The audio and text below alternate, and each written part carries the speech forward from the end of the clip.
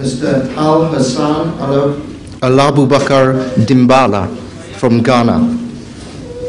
He is a businessman and he has accepted Ahmadiyya today.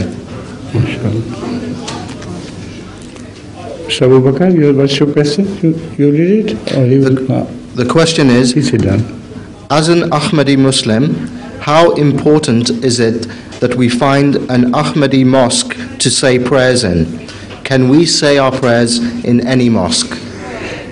Ahmadis can say their prayer in any mosque, because according to the Holy Quran, the mosques are built for Allah, and anybody who believes in Allah can go to the mosque.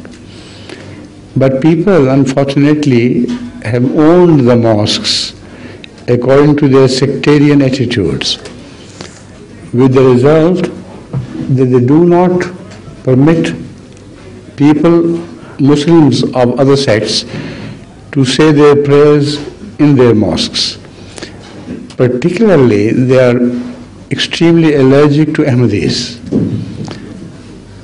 And if, to their knowledge, an Ahmadi says his prayer in their mosque, they might even go to the extreme of murdering him.